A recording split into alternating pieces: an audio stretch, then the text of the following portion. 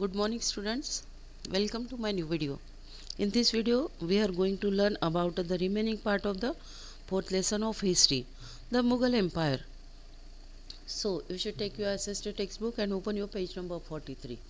Okay, this video is a part 2 of this lesson. So what we have seen in the first video, in the previous video, we have seen some words and their meanings, okay, in the beginning of this lesson, and you should write the words and meanings in your notebook also before the question and answers of this lesson. Okay, after these words we have seen about Babur. Okay, Babur was the first Mughal emperor.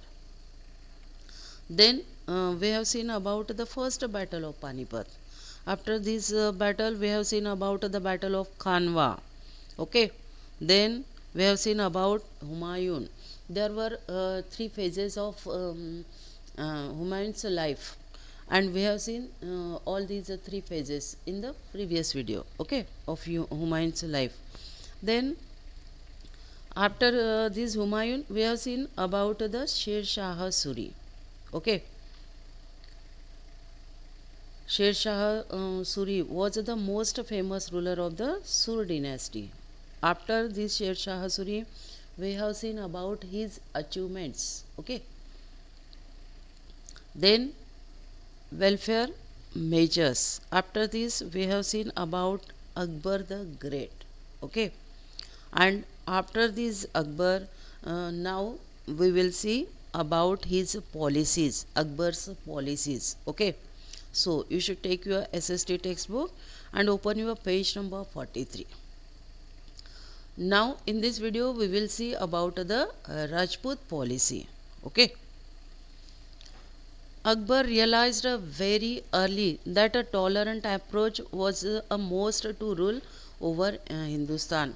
And Akbar ने ये realise किया था, अकबर को realise हुआ था कि अगर हमें हिंदुस्तान पे रूल करना है तो यहाँ पे समझदारी से रहना होगा, समझदारी से काम लेना होगा. टॉलरेंट मीन्स समझदारी. ओके, फॉर दिस ही टूक several measures.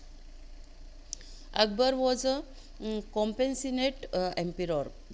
Compassionate means kind person. Okay, कैसे थे ये अकबर? बहुत ही काइंड पर्सन थे, काइंड एम्पियर थे. Even after defeating the Rajput Kings he did not insult और ह्यूमिलिएट देम. और जो राजपूत किंग्स को ये हराते थे, उनके साथ बैटल करके उनकी इंसल्ट न करते हुए, उनको ह्यूमिलेट न करते हुए उन्हें वो बहुत ही अच्छे से ट्रीट करते थे. He treated them with dignity and respect. उन्हें ये मान सम्मान से ट्रीट करते थे, रिस्पेक्ट से ट्रीट करते थे. He found that Rajput warriors were brave and loyal. और उन्हें ये पता था कि ये जो राजपूत रूलर्स है ये बहुत ही ब्रेव है एंड लॉयल है. Loyal means honest. Okay, he allowed the Rajput rulers to rule over their territories even after they were defeated in the war. और उन्होंने जो भी राजपूत रूलर्स को हराया, उन्हें उनका जो टेरिटरीज थी, जो एरिया था, वो रिटर्न दे दिया और उन्हें वहाँ पे रूल करने के लिए अलाउ कर दिया. These rulers helped Akbar by commanding their army or supplying contingents during the war. और ये जो हारे हुए रूलर्स थे, राजपूत रूलर्स, ये इन्हें अकबर को जो वॉर होती थी, जो बैटल होती थी, वहाँ पे हेल्प करते थे सोल्जर्स प्रोवाइड करके. Okay, contingents means troops. Troops means group of soldiers. Okay. Then Akbar got into matrimonial alliance with Rajput. And alliance means agreement, समझौता. Okay, इन्होंने अकबर ने मैट्रिमोनियल अलायंस किया था राजपूत के साथ.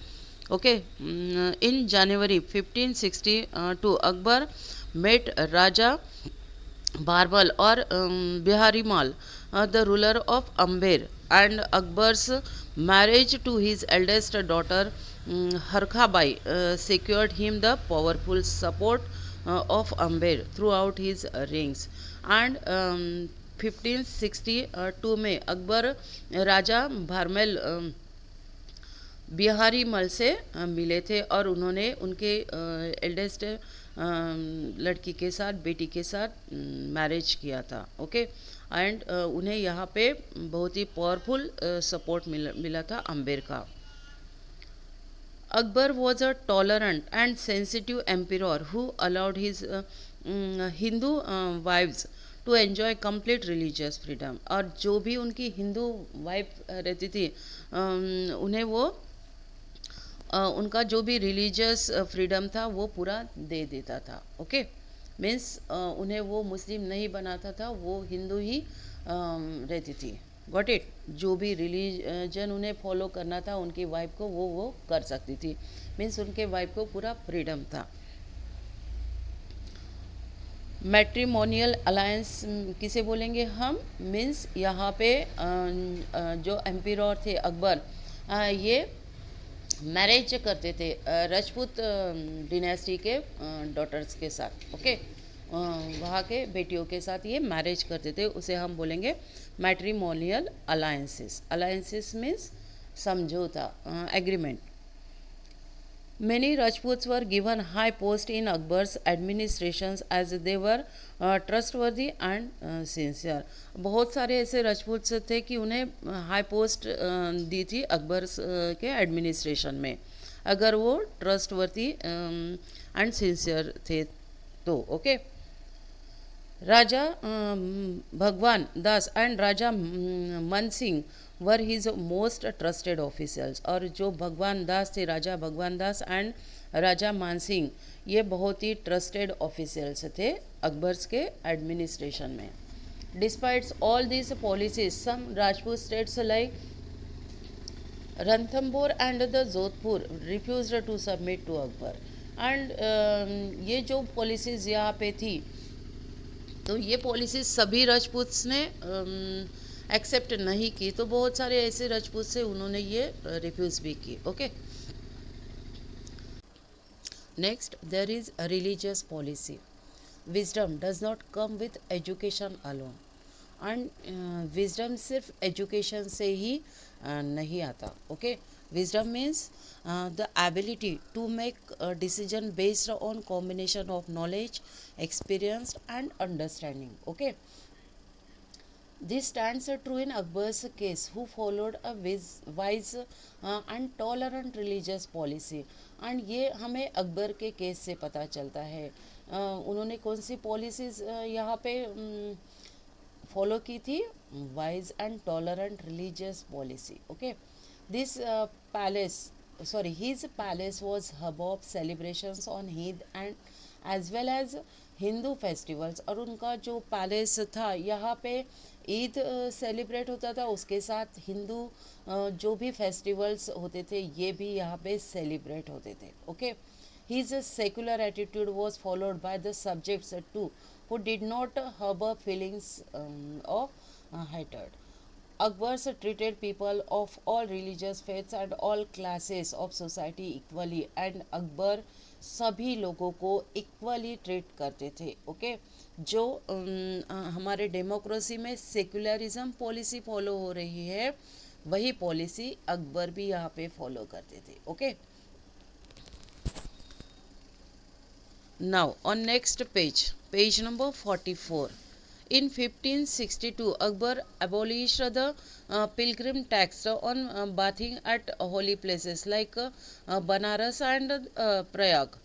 एंड 1562 में अकबर ने टैक्स हटा दिए थे, रिमूव कर दिए थे जो पिलग्रिमेज टैक्स थे। पिलग्रिम मीन्स जो भी होली प्लेसेस थे लाइक बनारस एंड प्रयाग, यहाँ पे जो पिलग्रिम टैक्स थे ये हटा दिए थे। Okay, on bathing. Okay, In 1564, Akbar abolished the poll tax or jizya, which was paid by non-Muslims। and 1564 में अकबर ने पोल टैक्स भी यहाँ से एबोलिश किया था, रिमूव किया था। एबोलिश मीन्स हटा देना। जो नॉन मुस्लिम पे करते थे. Akbar abolished the earlier practice of converting prisoners of war to Islam.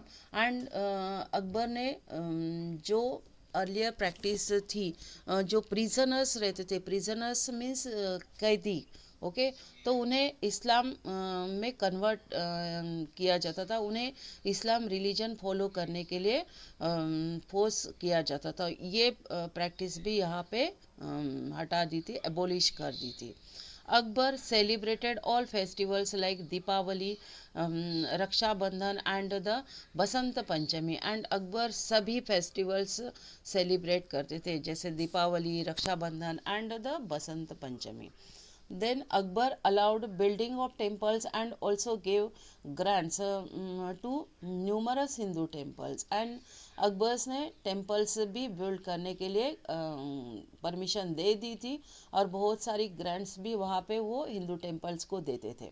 Akbar's got the holy books of Hindus like Ramayana and Mahabharata translated into Persian. And Akbar ने जो हिंदू रिलीजन के holy books है, Holi means पवित्र ग्रंथ, okay, books means ग्रंथ, okay, तो ये holy books translate किए थे पर्सियन में. Which were these holy books? Ramayana and the Mahabharata, okay. Akbar invited the priest of major religions like Hindu Pandit, Jain Munis, Buddhist monks and the Christian missionaries for discussion. And Akbar बहुत सारे priest को invite करते थे. जो बड़े बड़े religions थे वहाँ के जो प्रीस्ट थे, इन्हें ये इनवाइट करते थे फॉर डिस्कशन, ओके, जैसे हिंदू पंडित, Jain मुनीज, Buddhist Monks, Monks means Brahmachari, and Christian missionaries. Akbar was open minded and always ready to take the best from all religions. Suli Kul. Next topic is here Sulai Kul. Jahangir described his father's policy of Sulhi Kul in the following words. और जहांगीर ने यहाँ पे describe किया हुआ है सुलही कुल के बारे में, जो पॉलिसी थी, ओके, जहांगीर के फादर्स की. As in the wide expanse of divine compassion, there is room for all classes and the followers of all creed. So, in his imperial dominions, which on all sides were limited only by the sea, there was a room for the professors of opposite religions and for beliefs, goods and bads, and the road of intolerance was closed, and Sunnis and Shias met in the mosque, and the Christians and Jews in the one church to pray. He consistently followed the principles of the universal peace. और ये सुली कुल क्या था कि उन्होंने बहुत ही समझदारी से यहाँ पे हर एक रिलीजन को अपने एम्पायर में प्लेस दी थी, okay. He consistently followed the principle of universal peace. Next, Tawhid-e-Ilahi. Tawhid-e-Ilahi of Akbar was also called Din-e-Ilahi. After listening and interacting with people of different religions for many years, and there were discussion among the priests of different religion, okay, and ये जो अकबर थे ये सब discussion सुनते थे और लोगों के साथ इंटरेक्ट भी करते थे, और बहुत सारे सालों तक ये इन्होंने यहाँ पे इंटरेक्शन किया एंड उनका डिस्कशन सुना. Akbar came to a conclusion and all religious preach the message of peace, respect and love. और ये सब सुनने के बाद अकबर ने क्या कंक्लूड किया यहाँ पे, उन्होंने क्या निष्कर्ष निकाला कि सभी रिलीजन्स में जो भी मैसेजेस है ये पीस, रिस्पेक्ट एंड लव के हैं, okay. Akbar felt that the common idols of all religions could be combined to form a new religious path which would be secular with a mix of preaching of all religions.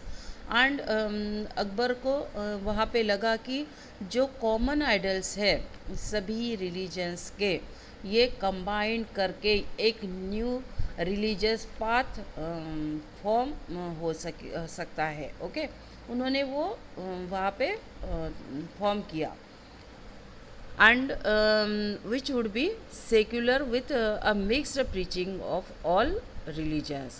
In 1582, Akbar introduced a new religious path called Tawhid-e-Ilahi or divine faith, and 1582 यहाँ पे क्या किया अकबर ने, ये जो new religious path था ये introduce किया। What was the name of this new religious path? Tauhid Ilahi, okay, और divine faith. It was not a new religion, और ये न्यू रिलीजन नहीं था। In Ain i Akbari written by Abul Fazl gave detailed information about the Tauhid Ilahi, and ये जो आइन ई अकबरी है अबुल फजल ने लिखा हुआ, यहाँ पे तौहीद इलाही के बारे में पूरी डिटेल इंफॉर्मेशन मिलती है। According to his writings, Tawhid Ilahi was very simple religious path, and it was a very simple religious path, Tawhid Ilahi. Through Tawhid Ilahi, Akbar introduced the teachings of all faith in the single realm. For example, Tawhid Ilahi discouraged the killing of animals. It also prohibited the custom of sati.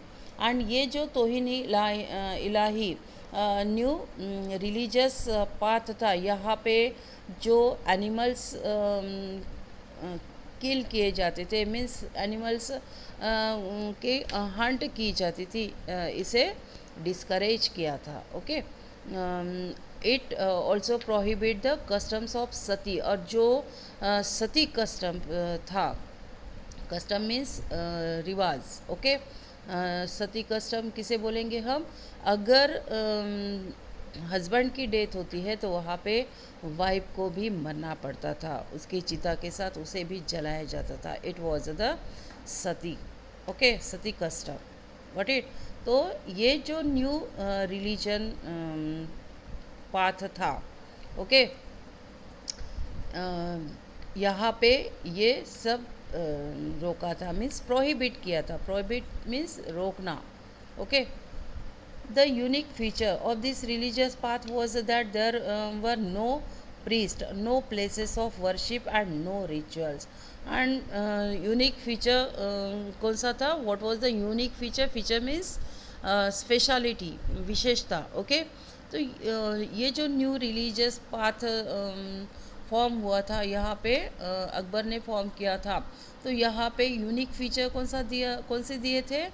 No priest, means जो भी worship, जो भी पूजा अर्चा होती थी, इसके लिए priest नहीं चाहिए थे। And no place of worship, means वहाँ पे टेम्पल की ज़रूरत नहीं थी, मॉस्क की ज़रूरत नहीं थी, कोई भी प्लेस की ज़रूरत नहीं थी वर्शिप की। Okay, and no rituals, means no performance of sacrifices वगैरह। ओके, रिचुअल्स मीन्स जो होम हवन होते थे उसे हम बोलेंगे रिचुअल्स। ओके, तो ये सब कुछ यहाँ पे नहीं था in this new path. Okay, Akbar declared himself as the spiritual guide of his subject. Okay, जो भी उनका जो न्यू रिलीजियस पाथ था, यहाँ पे उन्होंने खुद को स्पिरिचुअल गाइड डिक्लेयर कर दिया था। This order was aimed at achieving peace, tolerance and unity in a country of diverse religions. And what was the main aim of these new religion path? Achieving peace, okay, शांति बनाई रहे, tolerance, समझदारी, and unity in a country of diverse religions, और जो भी अलग अलग religions थे उसमें यूनिटी बनी रहे। Okay, Deen Ilahi did not become popular, और ये जो दीन इलाही था ये पॉपुलर नहीं बना। Very few people accepted it, और बहुत ही कम लोगों ने इसे एक्सेप्ट किया। Birbal was the only Hindu who joined it, और बीरबल हिंदू थे और उन्होंने ये ज्वाइन किया था. Others such as Raja Man Singh did not accept it, और बाकी जो थे राजा मान सिंह थे, इन्होंने ये एक्सेप्ट नहीं किया. But Akbar never forced anyone to follow Din Ilahi, लेकिन अकबर ने कभी भी किसी को भी फोर्स नहीं किया दीन इलाही फॉलो करने के लिए. After Akbar's death the path lost importance, और अकबर के डेथ के बाद ये जो पाथ था, न्यू रिलीजियस पाथ, इसका इम्पोर्टेंस ख़त्म हो गया. The ideas were however remembered by all the followed by Jahangir, and in October 1605 Akbar fell seriously ill and died at the age of 63. और 1605 में अकबर वहाँ पे बीमार हुए और उनकी डेथ हो चुकी थी, तब वो 63 ईयर्स के थे. Okay, next Jahangir. We have to study about next ruler, Mughal ruler, Jahangir, which was the period of this Jahangir 1605 to 1627. Jahangir, Prince Salim was the eldest son of the Akbar, और ये जो सलीम थे ये eldest son थे अकबर के. ही ascended the throne in 1605, और ये कब सिंहासन पे बैठे? 1605 में. Jahangir means the ruler of the world, and Jahangir का मीनिंग क्या होता है? Ruler of the world. He is known in history for dispensing justice to one and all. Jahangir inherited a solid empire, but he did not loosen his hold over it. Military campaigns. Jahangir tried to consolidate the empire he inherited, and Jahangir ने यहाँ पे अपना empire consolidate करने का try किया. Consolidate means collect करना, इकट्ठा करना. Okay, the first major challenge he faced was his son Khusrau's rebellion, और इन्हें अपने बेटे को ही फेस करना पड़ा क्योंकि उन्होंने यहाँ पे रिवोल्ट किया था. ओके, तो वो चैलेंज था इनके लिए. It was the first major challenge. He successfully crushed it with the iron hand, और इन्होंने ये जो यहाँ पे रिबेलियन हुआ था खुजराउज का, तो ये सक्सेसफुली क्रश किया. Okay, then he turn his attention towards Awadh and Bengal, and इसके बाद ये अवध एंड बंगाल की तरफ टर्न हुए. He tightened his control over this areas, and इन्होंने यहाँ पे बहुत ही अच्छे से कंट्रोल किया. Credit goes to Jahangir who ended the long standing conflicts between Mewar and the Mughals, and इन्होंने जो मेवाड़ एंड मुग़ल के बीच में कॉन्फ्लिक्ट था इसका एंड किया. उसका क्रेडिट किसे जाता है? जहांगीर को. He defeated the ruler Rana Amar Singh but allowed him to exercise his control over the territory. The only condition being that he should be loyal towards the Mughals. And इन्होंने राणा अमर सिंह को हराया और उनका जो भी टेरिटरी था ये इन्हें रिटर्न भी दिया, और उनके सामने एक ही कंडीशन रखी कि वो हमेशा मुग़लों के साथ लॉयल रहे. लॉयल मीन्स ऑनेस्ट रहे. Okay, he also subdued the Afghans of Bengal, and but his campaign against the Deccan states was not successful. लेकिन इनके जो कैंपेन्स थे डेक्कन स्टेट्स के अगेंस्ट वो सक्सेसफुल नहीं रहे. The commander of Ahmadnagar did not allow him to conquer any territories in the Deccan, और जो कमांडर थे अहमदनगर के इन्होंने एक भी टेरिटरीज को कॉन्क्यूर नहीं करने दिया जो डेक्कन में थी. ओके, और next page number 45. Next topic is here Jahangir and Nur Jahan. In 1611, Emperor Jahangir Mehrunnisa and 1611 में ये जो एम्पिरर जहांगीर थे इन्होंने मेहरुनिसा के साथ मैरिज किया. He gave her the title to Nurjahan और लाइट ऑफ द वर्ल्ड, और उन्होंने इन्हें नूरजहाँ का टाइटल दिया, means light of the world. She was extremely intelligent, बहुत ही इंटेलिजेंट थी ये. Talented and beautiful also, talented भी थी एंड ब्यूटीफुल भी थी. ओके. जहांगीर टूक हर advice on all important issues, और जो भी इम्पोर्टेंट इश्यूज़ वहाँ पे रहते थे उस पर जहांगीर नूरजहाँ की एडवाइस लेते थे. Once when he fell ill, Nurjahan successfully managed the affairs of the empire. और एक बार ये जहांगीर बीमार हुए तब जो नूरजहाँ थी इन्होंने बहुत ही सक्सेसफुली जो भी अफेयर था एम्पायर का वो मैनेज किया था. Jahangir struck silver coins bearing his own titles on one side, and on the other the inscription struck in the name of Queen Begum Noor Jahan. And जो coins वहाँ पे रहते थे एक साइड में जहांगीर अपने खुद का टाइटल बनाते थे और दूसरी तरफ अपने वाइफ का. Okay. Nurjah always made efforts to promote her son-in-law Shahryar and to throne, and her endeavors resulted in the revolt of Prince Khurram against Jahangir. And Nurjahan हमेशा अपने सन-इन-लॉ को प्रमोट करती थी सिंहासन के लिए. Okay.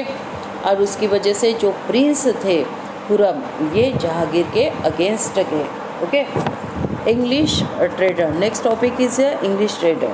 During Jahangir's reign several English traders came to India, and during the period of Jahangir there were many English traders came to our India. Okay. They wanted to get trade concession from the emperor, और उन्हें trade concession चाहिए था एम्पिरर से. Two ambassadors, Captain William Hawkins and Sir Thomas Roy from the English East India Company were also sent to Jahangir's court. और ये जो दो captains थे ये ईस्ट इंडिया कंपनी के थे और ये जहांगीर्स के कोर्ट में भेजे गए थे. In 1612 Jahangir granted permission to English trader to set up the trading port at Surat. और 1612 में यहाँ पे जहांगीर ने परमिशन दे दी थी इंग्लिश ट्रेडर्स को, उनके जो भी ट्रेडिंग पोर्ट्स थे ये सेट करने के लिए at Surat. Okay. He also granted them many trading rights and concession, और उन्होंने बहुत सारे राइट्स भी उन्हें दिए थे एंड बहुत सारा कंसेशन भी वहाँ पे ग्रांट किया था. Okay. Next Shah Jahan 1627 to 1658. Jahangir के आगे कौन से मुग़ल रूलर आए? Shah Jahan. After Jahangir's death there was a war of succession amongst his sons. And Jahangir की डेथ के बाद वहाँ पे वॉर हुई जो भी सन्स थे, जो भी बेटे थे जहांगीर के, उनके बीच में. Finally Prince Khurram successfully ascended the throne in 1627 after defeating Shahryar and was given the title of Shah Jahan, rulers of the world. And finally ये जो खुरम थे, प्रिंस खुरम, ये सक्सेस हुए एंड इन्हें सिंहासन मिला 1627 में. और इन्होंने किसे हराया था? Shahryar. Who was Shahryar? Son-in-law of Nurjहाँ. Okay. And उन्हें टाइटल दिया गया Shah Jahan, means ruler of the world. Shah Jahan's reign was full of turmoil. He witnessed many revolts. यहाँ पे बहुत सारे रिवॉल्ट्स हुए थे शाहजहां के रिंग्स में. He had to march against Bundela Rajput and was able to crush the revolt. और इन्होंने बुंदेला राजपूत के अगेंस्ट मार्च निकाले थे एंड ये इन्होंने रिवॉल्ट भी क्रश किए थे. Okay, next was the revolt in Deccan. आगे का रिवॉल्ट कहाँ पे हुआ? डेक्कन में. In 1633 Shahjahan invaded the Deccan and annexed Ahmadnagar. और 1633 में शाहजहां ने डेक्कन पे अटैक किया. Invade means attack. Okay, and जो अहमदनगर था इन्हें हासिल किया.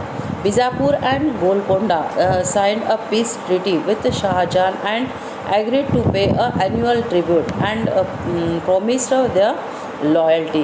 एंड बीजापुर एंड गोलकोंडा पे भी शाहजहां ने कंट्रोल किया था, ये भी कॉन्क्यूर किया था. और वहाँ पे एक एग्रीमेंट हुआ था शाहजहां और वहाँ के रूलर्स के बीच में एनुअली ट्रिब्यूट पे करने के बारे में. ओके, ये जो रूलर्स थे बीजापुर एंड गोलकोंडा, इन्हें एनुअली ट्रिब्यूट्स यहाँ पे करना पड़ता था. Tributes means like a tax के जैसा ये एक अमाउंट रहता था. ओके, एंड उन्होंने उनसे लॉयल्टी का प्रॉमिस भी लिया था, मीन्स ऑनेस्टी का प्रॉमिस भी वहाँ पे लिया था. After gaining victory in the Deccan Shahjahan became ambitious. And Deccan पे जो उन्हें विक्ट्री हासिल हुई थी उसकी वजह से ये अब एम्बिशियस बन चुके थे. He sent his armies to far away Balkh and the Badakhshan in central Asia में भी इन्होंने अपनी आर्मी भेजी थी. Actually he wanted to add Timur's capital Samarkand to his empire.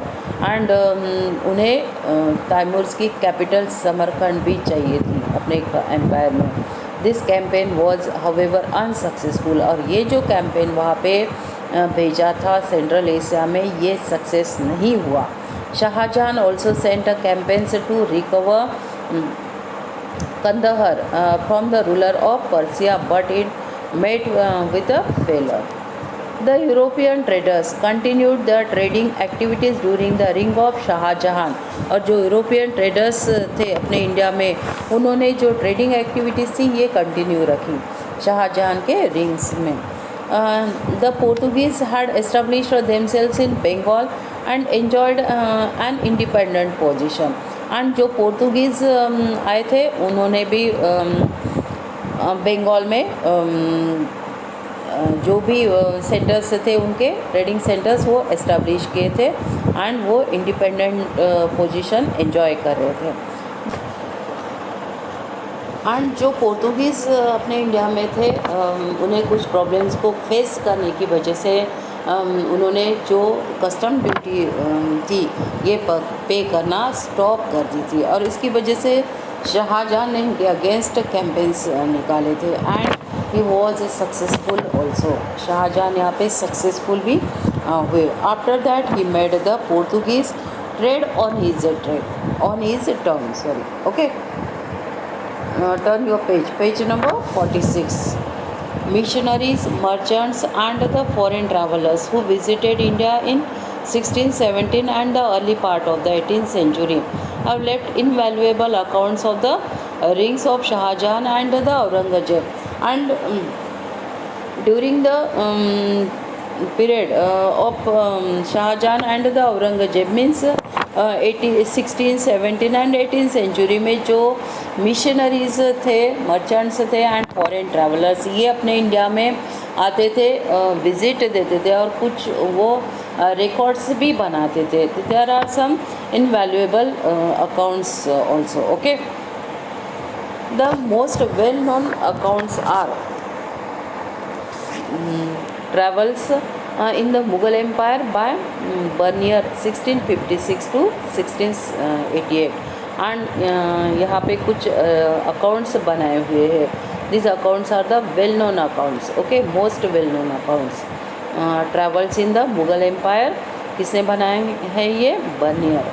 And travels in India by Tavernier when 1640 to 1667. And next Storia do Mogar by Manuki 1653 to 1708. Okay, these are the accounts, most well-known accounts about the rings of Shah Jahan. Okay, according to Banier, Shah Jahan was a strong, tough, and capable ruler who ruled as a father over his family. And ये बनियार जो है ये बताते हैं कि शाहजहां बहुत ही strong, tough and capable ruler थे और ये कैसे रूल करते थे, जैसे फैमिली में फादर का रोल रहता है वैसे ही ये रूल करते थे.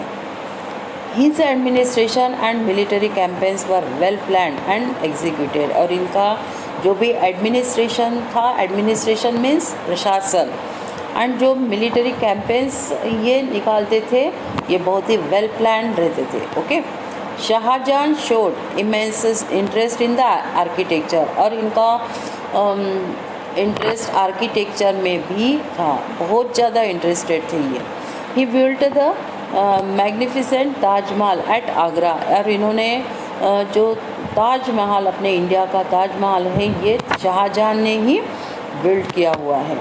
A new city called Shahjahanabad, the seventh city of Delhi, was also constructed during his reigns. और शाहजहानाबाद जो सिटी है ये भी इनके पीरियड में ही कंस्ट्रक्ट की हुई है. He made it his capital. इन्होंने इसे अपनी कैपिटल बनाई थी. There was no clear law of succession in the Mughal dynasty. और मुग़ल डिनेस्टी में सक्सेशन के लिए कुछ लॉ नहीं था, क्लियर लॉ नहीं था. सक्सेशन मीन्स वारिस, कि अगर पापा की डेथ होती है तो पापा के बाद कौन रूलर बनेगा, तो इसके लिए वहाँ पे लॉ नहीं था. ओके, जैसे अपने हिंदू रिलीजन में रहता था इन अर्लियर पीरियड. ओके, कि जो फादर की डेथ होती है तो वहाँ पे बड़ा बेटा ही रूलर बनता था. वैसे मुस्लिम डिनेस्टी में स्पेशल लॉ नहीं था, क्लियर लॉ नहीं था. Okay, in 1657 Shah Jahan fell ill. और 1657 में शाहजहां बीमार हुए. Even before he died a war of succession broke out among his 4 sons, Dara Shukoh, Shuja, Murad and Aurangzeb. और इनकी डेथ के पहले ही यहाँ पे वॉर स्टार्ट हो चुकी थी. उनके जो 4 बेटे थे इनके बीच में सक्सेशन की मीन्स वारिस किसे बनना है, इसके लिए यहाँ पे वॉर स्टार्ट हो चुकी थी. In 1658 Aurangzeb ascended the throne. और 1658 में औरंगजेब ने सिंहासन हासिल किया था. After defeating his brother and killing his main rival Dara Shukoh. And जो मेन कॉम्पिटिटर थे औरंगजेब के, इन्हें मार के इन्होंने सिंहासन हासिल किया था. He made his father Shahjahan a prisoner at Agra fort. और उन्होंने अपने फादर को ही प्रिजनर बनाया था, बंदी बनाया था आगरा में. Okay, then he crown himself as the emperor. Shahjahan died in 1666. Shahjahan की डेथ कब हुई? 1666 में. Okay, now today's topic is completed here. Next topic we will see in next video about Aurangzeb. Okay, have a good day.